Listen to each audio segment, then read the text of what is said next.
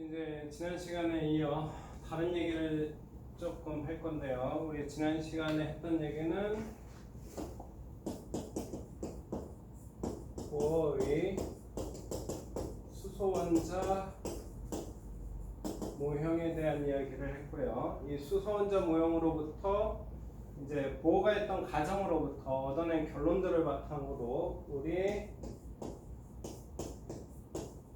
에너지 준위라고 불리우는 어떤 특정한 표현에 대한 이야기를 했었습니다. 이 에너지 준위라고 하는 것이 보의 수소원자 모형에서 전자가 지니는 에너지를 마이너스 n제곱분의 13.6 일렉트론 볼트, 일렉트론 볼트는 단위고요. 이런 형태로 표현해 줄 수 있어서 이 내용을 이제 에너지 그래프로 이렇게 표현을 했던 겁니다. 그렇게 되면 n이 1일 때부터 가장 아래쪽 궤도부터 에너지가 점점 커지면서 간격이 좁아지고 이런 형태로 n이 2, n이 3, n이 4, n이 5 이런 식으로 불연속적인 에너지를 갖는다라는 얘기였었죠. 자, 이제 여기에다가 원래는 여러 가지 얘기를 더 떼야 되는데 교육 과정에서 크게 중요한 내용은 물리학적으로 보면 굉장히 중요한 내용임에도 불구하고 교과서에서는 그 해당 내용을 스킵하고 있습니다. 그래서 이 내용은 나중에 등교 수업 하게 되면, 만약 등교 수업을 하게 된다면 그때 하는 걸로 하고, 일단 이름만 좀 언급하고 넘어가겠습니다. 이제 코펜하겐 학파라고 불리우는 곳에서 다음 내기를 진행하기 위해선 두 사람에 대한 이야기를 하는 게 좋은데요. 첫 번째가 슈레딩거라고 불리우는 과학자고요. 슈레딩거가 이제 양자역학의 확률론적인 해석을 부정하기 위해서 슈레딩거 방정식, 비트라고 쓰고 방정식이라고 읽을 겁니다. 그래서 슈레딩거 방정식을 만들었고, 이 슈레딩거 방정식 중에서도 3차원 슈레딩거 방정식을 풀다 보면 우리 앞서서 에너지를 표현하는 데 있어서 이런 첨자 n이 등장했듯이 이것과 비슷한 녀석이 몇 개 더 나오게 됩니다. 그래서 슈레딩거 방정식으로부터 나오는 그 녀석들이 이제 L이라든가 M에 대한 이야기가 등장을 할 거고요. 자, 그리고 또 한 사람은 파울리입니다. 파울리도 엄청난 천재과학자였는데요. 파울리와 관련돼서는 우리 두 가지 기억해야 됩니다. 두 가지. 첫 번째는 파울리의 베타 원리고요. 이 파울리의 베타 원리라는 언급은 안 할 건데 이따가 뒤쪽에서 파울리의 베타 원리를 실제적으로는 사용을 할 겁니다. 그리고 또 하나, 이런 L과 M, 보호로부터 나왔던 N 그리고 LM에 해당하는 또 다른 값을 찾아냈는데요. 그것이 바로 스핀입니다. 스핀 S. 그래서 우리 아마 동교 수업 중에 이 양자에 대한 이야기를 했다면 업스핀, 다운스핀에 대한 이야기를 했었을 건데, 그것과 관련된 얘기가 있다라고 생각하면 될 겁니다. 그래서 이거에다가 보호 모형에서 나왔던 n값을 이야기하면 실제적인 궤도에 대한 이야기를 할 수 있을 거고요. 그리고 거기에다가 스핀을 적용시키면 이제 최종적으로 원자 주변의 전자 배치에 대한 이야기를 할 수 있고요. 수소 말고 다른 원자들에서도 적용될 수 있는 그 배치에 대한 이야기고요. 원래는 이 내용을 이제 주기율표랑 연결을 했는데, 바로 지난번 교육과정까지는 이렇게 진행이 됐는데 이 내용이 통째로 빠졌습니다. 그래서 이 녀석은 조금 이따 적용을 하겠다라고 했는데 바로 다음 내용부터 적용을 하겠습니다. 우리 보호 모형에서 이야기했던 건 수소 원자 모형인데요. 우리 일상적으로 만날 수 있는 가장 간단한 형태의 수소는 수소 원자 형태가 아니고 원자 형태가 아니고요. 이원자 분자 형태로 존재를 합니다. 안정적인 상태를 유지하려고 하기 때문에 원자가 두 개씩 있다라는 거죠. 그래서 수소가 이렇게 두 개씩 있겠다고요. 그렇게 되면 첫 번째 수소와 두 번째 수소의 각각에 대해서 에너지 준위를 이야기할 수 있을 건데요. 이 수소 원자이기 때문에 수소 원자의 에너지 준위는 결정되어 있습니다. n값에 따라서 이런 형태로 결정되어 있다라고 이야기를 했던 게 지난 시간 얘기였잖아요. 근데 여기에 이제 원자가 하나가 아니라 두 개 있다라는 것이 되겠죠. 그래서 1번 수소, 2번 수소. 얘를 A, 얘를 B라고 했을 때 A와 B에 대한 이야기를 할 수 있을 겁니다. 이때 전자를 배치하게 되면 이 녀석에 대해서 앞서서 썼던 이제 숫자들 보호에 의해서 제시됐던 L, 슈레딩거 방정식으로부터 나오는 L이라든가 M, 그리고 파울리에 의해서 나타나는 S, 이런 녀석들을 우리는 양자수라고 부르는데요. 그래서 이 녀석의 양자수는 1, 0, 0, 2분의 1 없어핀이니까 이런 형태로 나타날 겁니다. 자, 여기에 파울리 베타 원리를 이야기할 건데, 파울리 베타 원리라고 하는 것은 이제 동일 전자는 동일한 양자수쌍을 갖는다라는 거고요. 바꿔 얘기하면 양자수쌍이 다르다라는 얘기는 서로 다른 전자다라는 얘기입니다. 그래서 첫 번째 원자에다가 어떻게 채우든지 상관없이 두 번째 원자에다가 그 전자를 채울 때 문제가 발생해요. 왜냐하면 만약 이렇게 들어간다면 얘 역시 1, 0, 0, 2분의 1이라고 하는 동일한 양자수쌍을 갖겠죠. 이렇게 되면 문제가 생긴다라는 겁니다. 두 개를 구별할 수 없다라는 거죠. 그래서 이 부분을 해결하기 위해서 실제 양자수쌍이라는 것이, 이 양자수라고 하는 것이 무엇을 결정하는가라는 것을 살펴본 결과 얘에 의해서 에너지가 결정될 건데요. 지금 얘 두 개가 동시에 갖지 못하는 이유는 에너지가 양쪽에서 같아지기 때문입니다. 그래서 하나에서 에너지를 좀 가지고 오고 다른 녀석으로부터 에너지를 빼앗는 형태로, 그래서 에너지 차이가 이렇게 발생한다라고 보면 돼요. 그렇게 되면 실제적으로는 둘 다 n이 1인 궤도임에도 불구하고 이런 에너지의 차이가 발생하겠죠. 이런 식으로 입자의 개수가 많아지면 이제 원자가 가져야 될 에너지 준위가 이렇게 쪼개진다라고 이야기를 한 겁니다.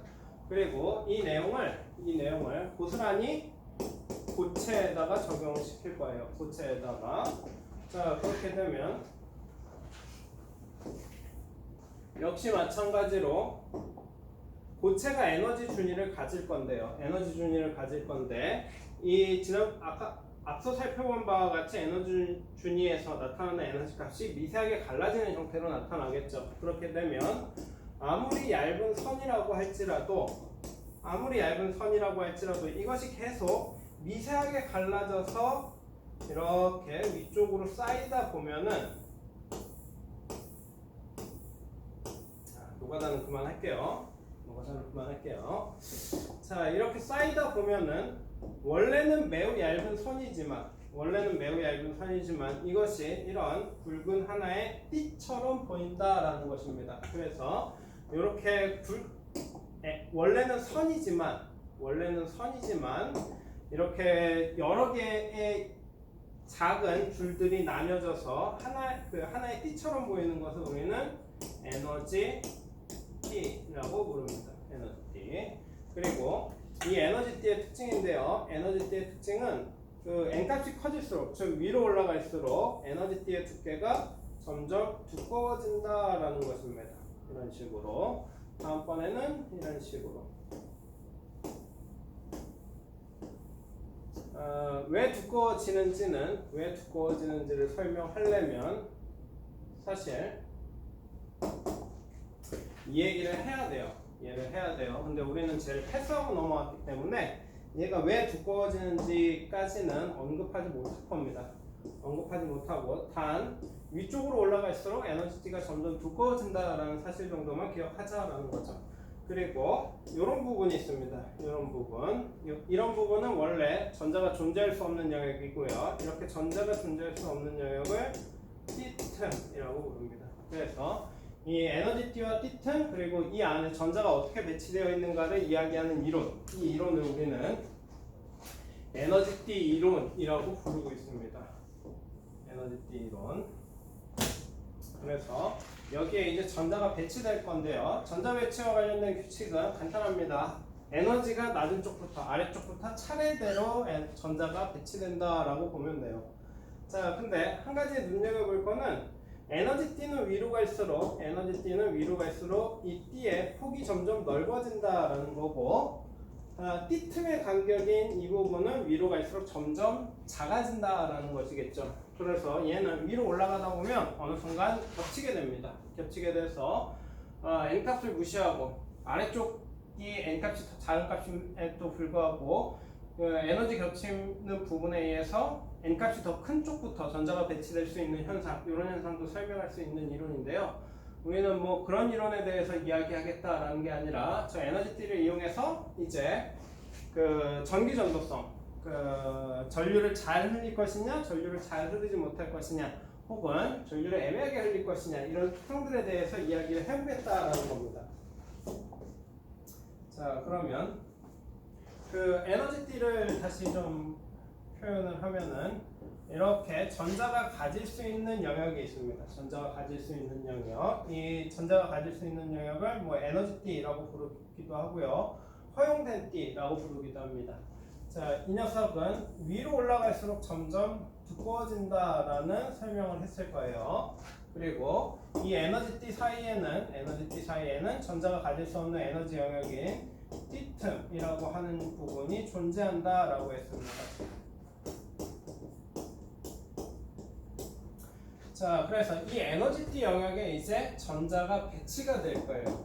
여기에 전자가 배치가 될 건데, 아래쪽부터 전자를 배치해서 위쪽으로 채워나가다 보면 이렇게 전자가 차 있는 부분이 나타날 겁니다. 그래서 이 에너지띠 중에서 전자가 차 있는 가장 위쪽 에너지띠를 우리는 원자가띠라고 부르고 있어요.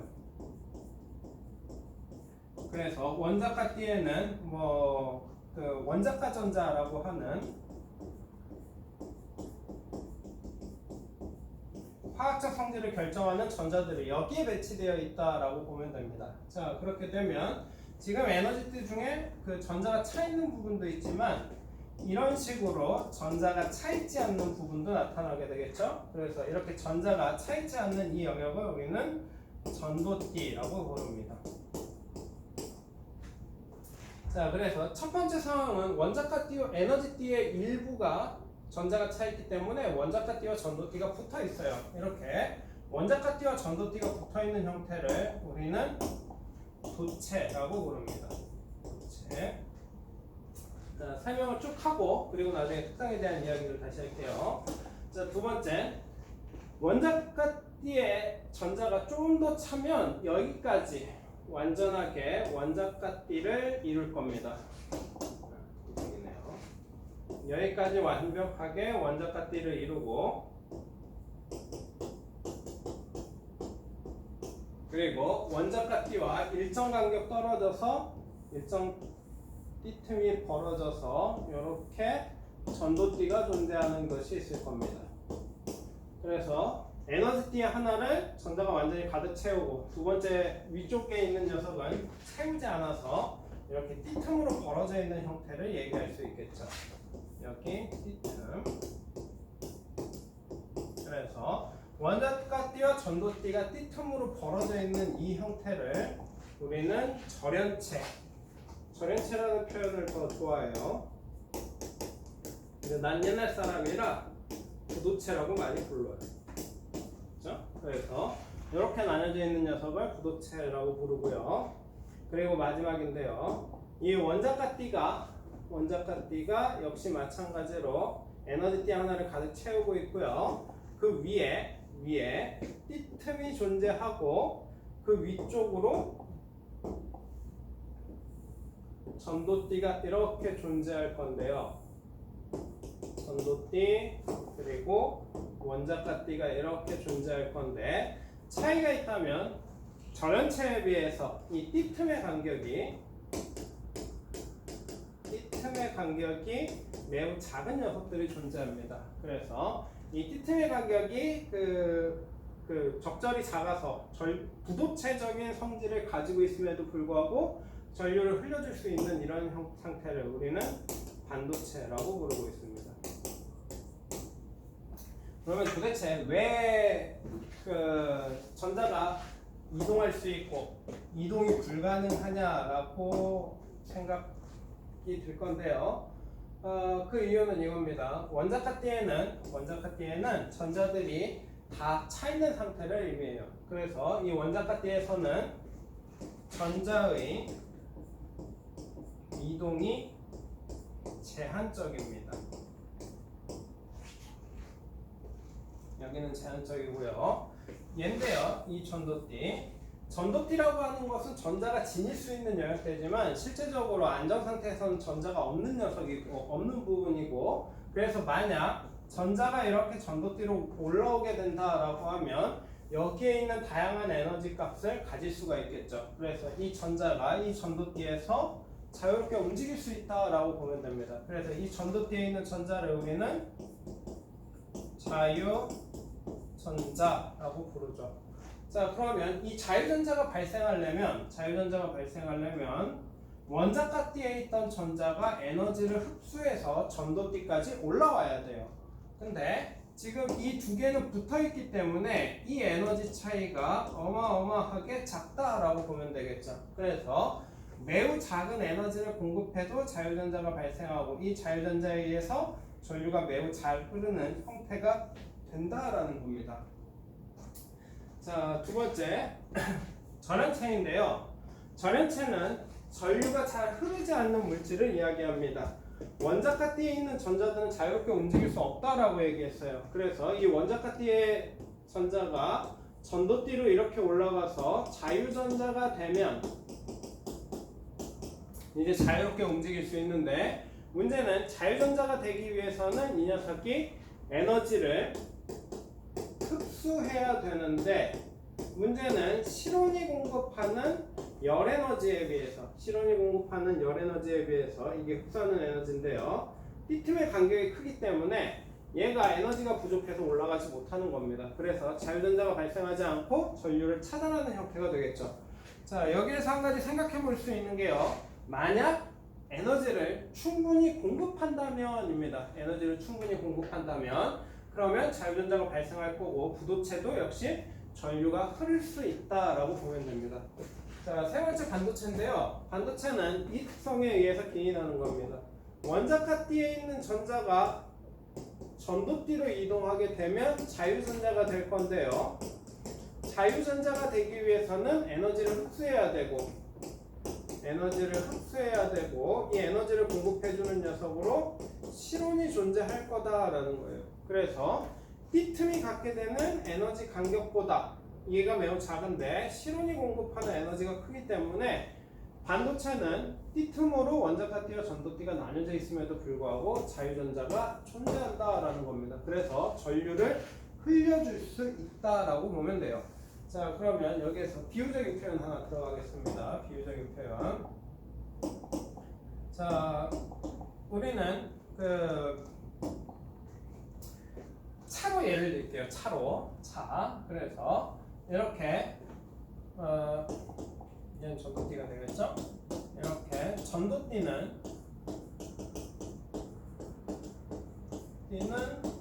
도로라고 생각하면 되고요. 도로. 그리고 원자가띠는 주차장이라고 생각하면 됩니다. 주차장. 차들이 주차되어 있죠? 움직이지 않을 겁니다. 그리고 이 전자를 여기에 있는 전자를 자동차라고 생각하면 돼요. 그래서 전류가 흐른다라는 건 뭐냐면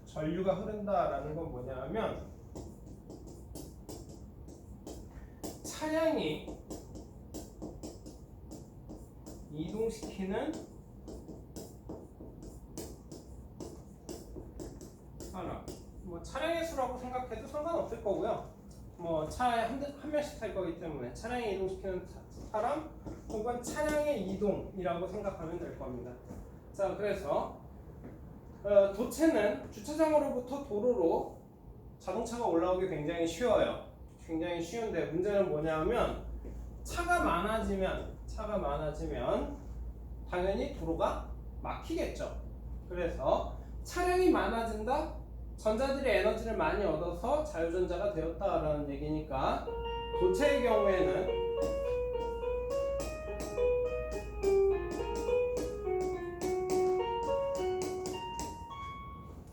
온도가 올라갈수록 전류가 감소하는 효과가 나타납니다. 핸드폰이 뜨거워지면서 성능이 저하가 되는데 이 녀석이 대체로 문제를 일으킨다라고 보면 돼요. 자, 근데 얘는 주차장으로부터 차를 빼는 게 너무 어렵습니다. 그래서 도로가 텅 비어 있어요. 도로가 텅 비어 있기 때문에 차가 이동 못 하겠죠. 그래서 얘는 차량의 흐름이 없는 겁니다. 근데 만약 어떤 용자가 나타나서 주차장으로부터 차를 뺀다면 이 도로는 텅 비어 있겠죠. 텅 비어 있는 도로에 차가 한 대 나왔다? 제약 없이 쭉 달릴 수 있을 겁니다. 즉 자신이 낼 수 있는 최대 속도를 낼 수 있다라고 보면 돼요. 자, 세 번째 반도체인데요. 얘는 주차장에서 차를 빼는 게 좀 난이도가 있긴 하지만 빼볼만 하다라는 겁니다. 그래서 차들이 존재하고 흐를 수 있다라는 건데요. 만약 전자가 더 올라오면입니다. 도체에서는 전자가 더 올라오면, 즉 온도가 높아져서 에너지를 많이 흡수하게 되면 전류가 줄어드는 경향을 보이는데 차량 정체에 의해서 차들이 이동 잘 못하는 걸 생각하면 될 거예요. 근데 여기는 주차장보다 도로가 폭이 훨씬 더 넓어요. 그래서 주차장에 있는 차가 모두 다 올라온다라고 해도 저 공간 내에서 자유롭게 움직일 수 있겠죠. 그래서 반도체의 특징은 온도가 상승하면 전류도 같이 상승하는데요. 반도체, 이 에너지준위에 의한 반도체는 실제적으로는 전류가 거의 흐르지 않습니다. 차량 이동이 거의 없는데 그 이유는 이거예요. 실온을 받아서 올라올 수는 있지만 실제로 올라온 자유전자의 숫자가 매우 작다라고 보면 됩니다. 그래서 이러한 반도체, 에너지 준위에 의해서 나타나는 반도체를 우리는 순수 반도체라고 부르고, 순수 반도체 자체는 전류의 흐름이 매우 작다라고 생각하면 돼요.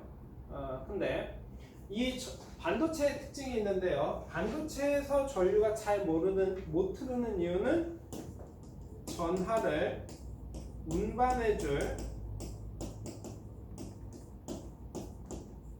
물질이 부족하기 때문이고요. 만약 저 전하를 운반해줄 수 있는 물질을 추가해줄 수 있다면 전류의 흐름을 개선해줄 수 있겠죠. 그래서 이 순수 반도체에다가 전류의 흐름을 증가시킬 수 있는 여러 가지 물질들을 집어넣어준 반도체를 우리는 도핑 반도체라고 부릅니다. 도핑 반도체. 보통 도핑 반도체 같은 경우에는 두 종류로 나눠볼 수 있을 건데요.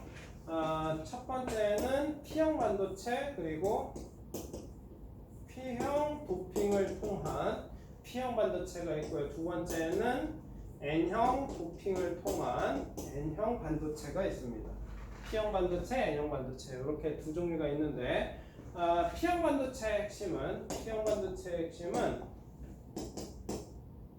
아니죠. 14죠. 14족 원소에다가 13족 원소를 집어넣어서 이제 전하를 운반해줄 녀석을 추가해주는 건데요. 이 녀석이 바로 불순물입니다. 그리고 얘가 우리 베이스. 그래서 이 베이스가 순수 반도체 역할을 하기 때문에 우리는 주로 규소라든가 뭐 실리콘 생각하면 될 것 같아요. 실리콘 이 녀석들을 사용하고 있고요. N형 도핑 같은 경우에는 역시 마찬가지로 14족 원소 순수 반도체에다가 원소죠. 원족이 아니라 원소에다가 15족 원소를 추가해서 만들고 있어요. 14족 원소에다가 14족에다가 15족 원소를 추가해서 만들고 있고요. 역시 이 녀석을 우리는 불순물이라고 부르죠. 그래서 이 도핑 반도체의 다른 이름은 불순물을 첨가했다라는 의미에서 불순물 반도체 이렇게 부르고 있어요. 그렇죠? 참고로 이 첨가되는 불순물이 다르기 때문에 나타나는 특징인데요. P형 도핑에서는 이 13족 원소에 의한 불순물이 들어가고 그 결과 양봉이라고 불리우는 물질이 전하를 운반하는 역할을 합니다. 전하를 운반하는 역할. 뒤쪽에서 좀 더 자세하게 살펴볼 거예요. 자, 두 번째는 15족 원소인데요. 이 15족 원소를 불순물로 첨가했을 때에는 자유전자 자체를 직접 집어넣어 주는 겁니다. 그래서 얘를 역시 전하 운반 매개체로서 자유전자를 추가해 주느냐 양봉을 추가해 주느냐 이 차이다라고 보면 되는데요. 자, 그러면 하나하나 살펴보자.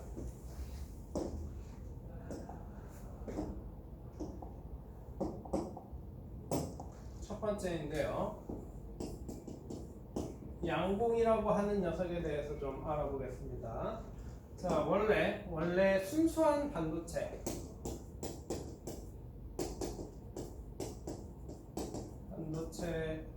이루고 있는 물질의 특성은 14종 원소라고 했죠.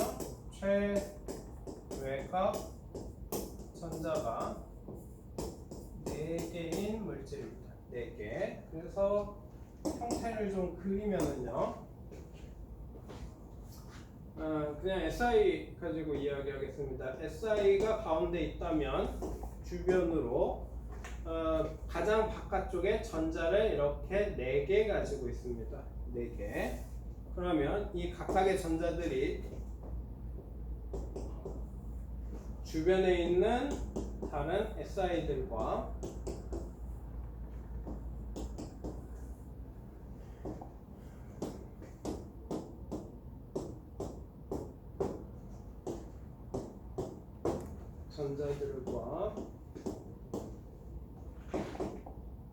이 전자쌍을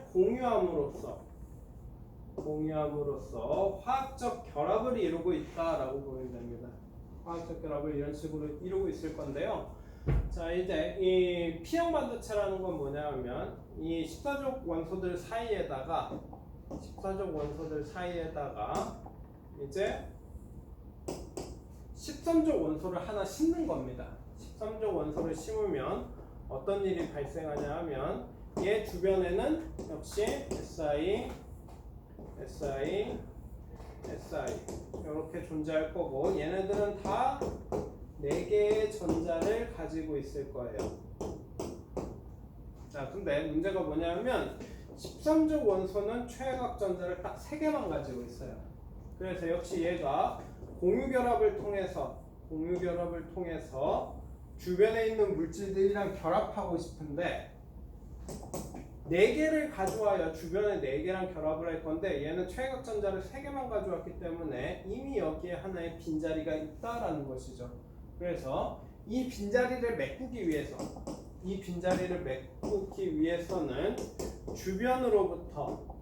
주변에 있었던 다른 물질로부터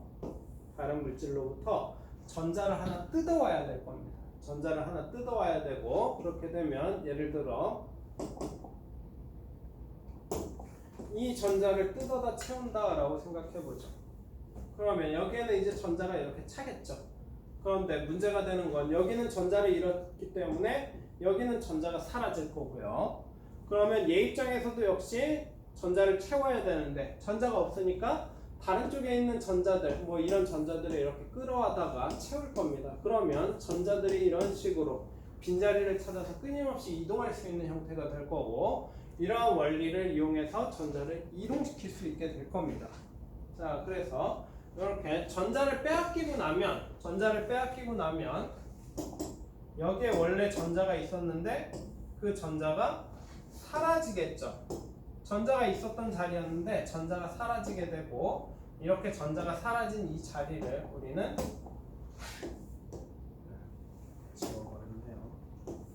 이렇게 전자를 잃어버린 이 자리를 양공이라고 부릅니다. 그래서 애시당초 여기 있었던 양공이 여기를 거쳐서 이렇게 계속 이동할 수 있게 된다라고 보면 돼요. 그렇죠? 그래서 이 양공의 특성인데요.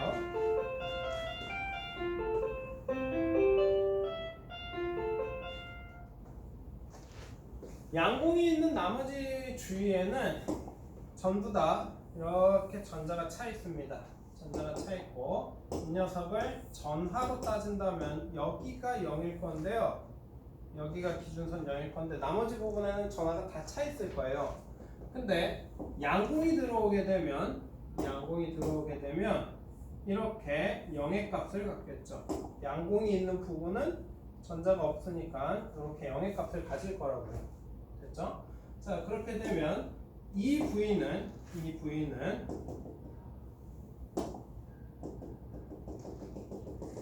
주변은 다 마이너스 값을 갖는데 그것보다 높은 값을 갖게 되겠네요. 그래서 이 양공이 있는 부위는 우리는 플러스 전하가 있는 것으로 취급을 합니다. 실제적으로는 플러스 전하처럼 당기는 역할을 해줄 거예요. 근데 엄밀히 얘기하면 이 빈자리가 하는 게 아니라 얘가 할 겁니다. 얘가.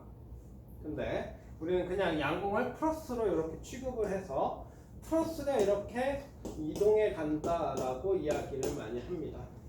자, 두 번째는 이제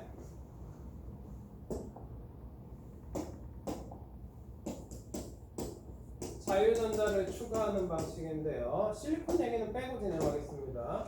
그래서 SI 그리고 15조 원소 그리고 SI 이렇게인데, 자, 역시 마찬가지로 SI 주변에는 5개, 아니 4개의 전자들이 이렇게 존재할 거고요. 15조 원소가 들어오면 나타나는 일인데요. 15조 원소는 최외곽 전자를 5개 가지고 있습니다. 자, 그러면 이 녀석이 불순물로서 들어와서 주변에 있는 SI랑 공유결합을 이루고 나면 불행히도 공유결합을 하지 못하는 5번째 전자가 남겠죠. 문제는 이 녀석 입장에서는 얘를 제외한 나머지 이 녀석들을 바탕으로 최외곽 전자 8개라고 하는 옥텟 규칙을 만족하고 있습니다. 그렇게 되면 얘는 필요가 없겠죠. 그래서 15조 원소를 섞을 때마다 자유전자가 하나씩 추가된다라고 생각하면 될 겁니다. 그래서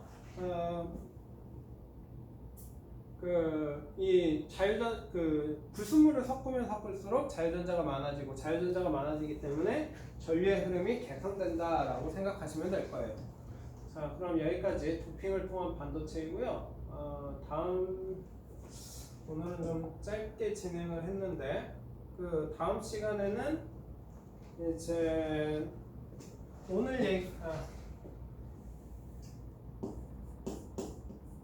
에너지 준위를 이용해서 부도체, 저연체라고 했죠? 반도체에 대한 이야기를 한 거고, 이 반도체를 또다시 에너지 준위에 따른 순수 반도체냐 아니면 불순물 반도체냐,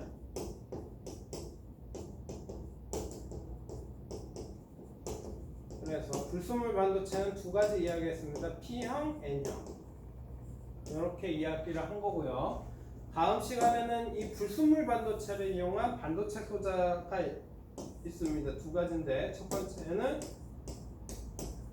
다이오드라고 불리우는 물건이고요. 또 하나는 트랜지스터입니다. 얘네들도 우리는 다 반도체라고 불러요. 순수 반도체, 불순물 반도체, 그리고 얘네들은 특별히 반도체 소재라고 부르고요. 이 반도체 소재의 특성을 이야기한 후에 반도체 직접 회로에 대한 이야기까지 진행하도록 하겠습니다. 그러면 이번 시간 여기에서 마치겠습니다.